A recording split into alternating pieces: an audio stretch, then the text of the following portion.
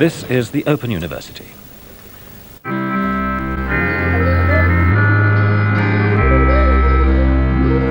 Well, good day, fellow intellectuals. Today I want to delve into the similarities between the dynamic and cosmopolitan city of Seoul and the swinging London of the 1960s. I'm doing this because I saw a really interesting David Hockney exhibition today at the Dongdaemun Design Plaza, and it was all about London in the swinging 60s and the artists like Derek Boschier and Edoardo Paolozzi, a Scottish-Italian, and others, Bridget Riley, and of course Hockney himself.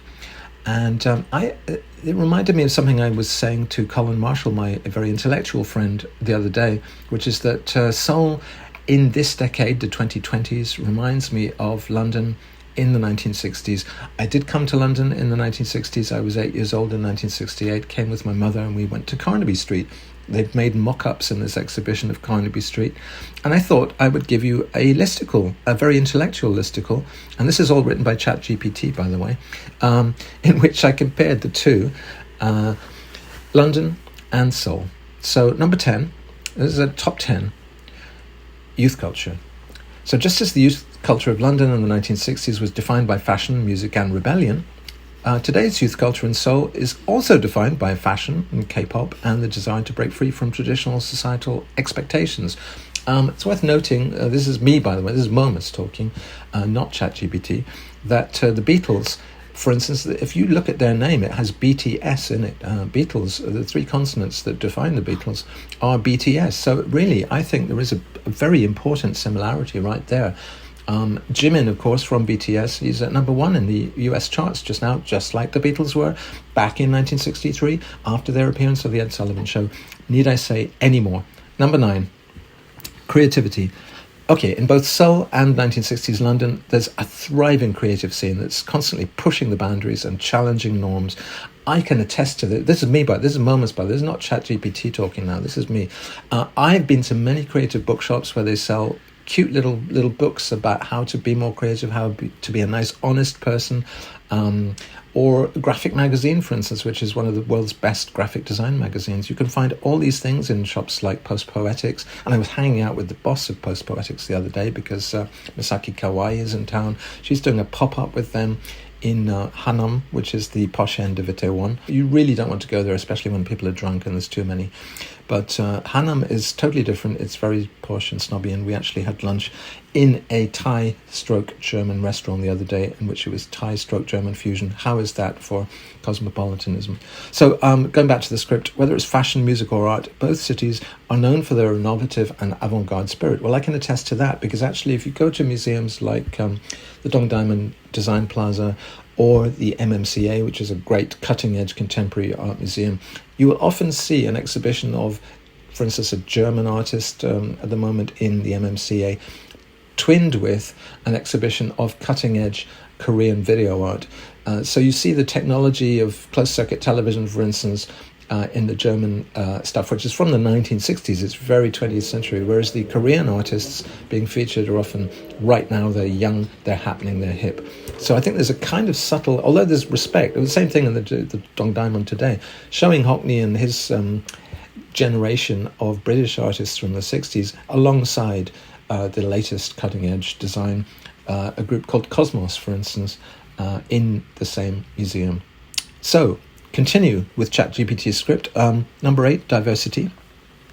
Great point, ChatGPT. Both cities are melting pots of different cultures, with people from all over the world coming to live and work in these dynamic metropolises. Something you can't say about Japan. This is Moments talking now.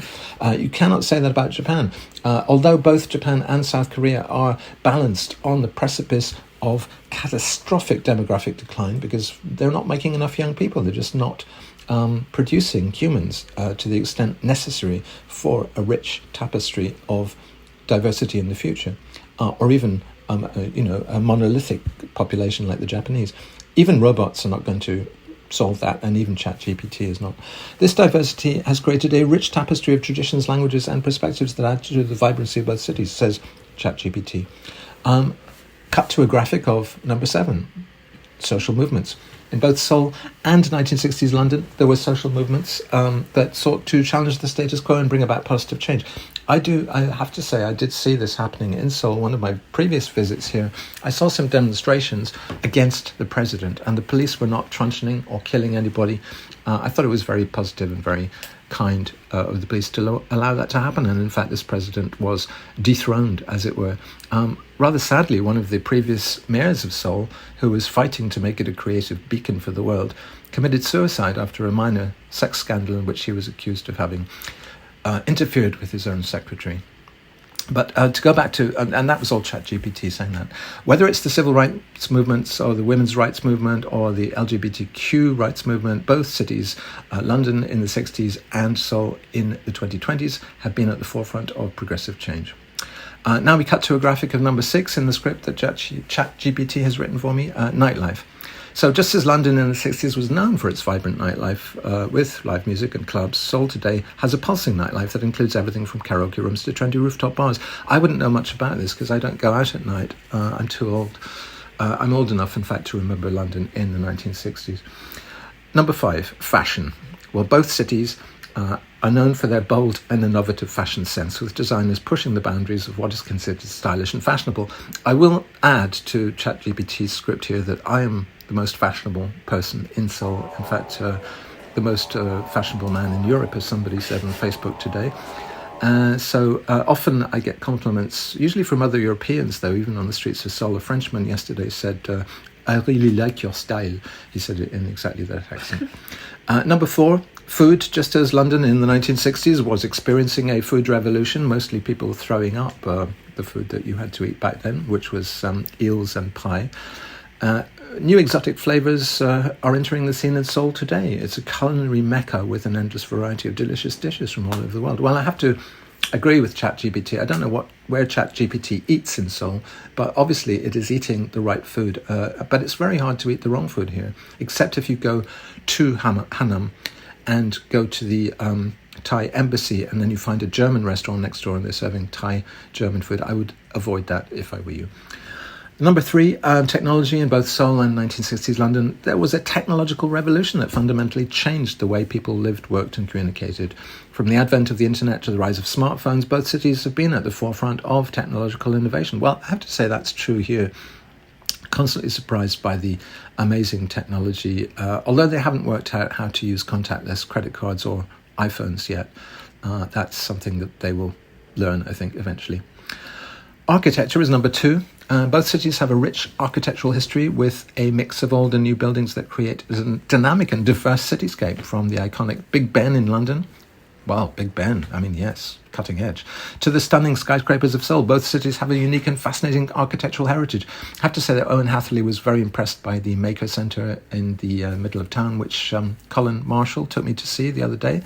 And it had a certain brutalist charm, but things don't last very long in Seoul. They tend to just raise things and then, start again. A bit like the Japanese, they don't really believe in keeping their houses very long.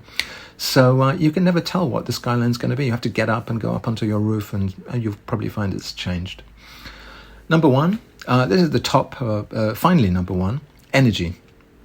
Perhaps the most striking similarity between Seoul today and 1960s London is the energy of both cities. They are alive with a palpable sense of excitement and possibility, with people working hard and pursuing their dreams in the midst of a rapidly changing world. Well, I'm not too worried as a songwriter that ChatGPT will soon be writing my songs, and I'm not, as a vlogger, particularly worried either that it's going to be replacing my scripts, except it kind of has today. I do apologise for that.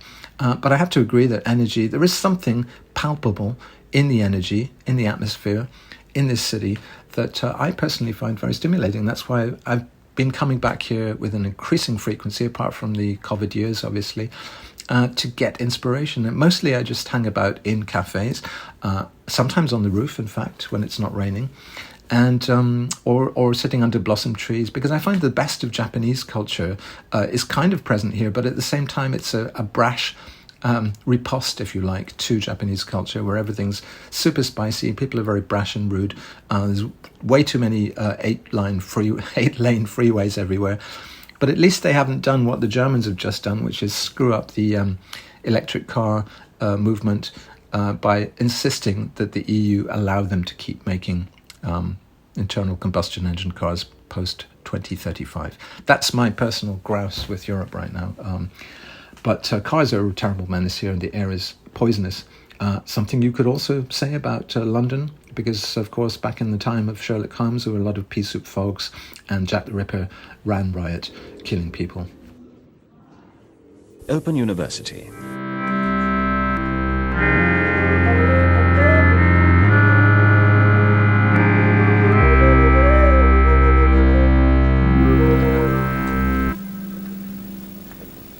TV Club. Our next program this morning begins in 2 minutes.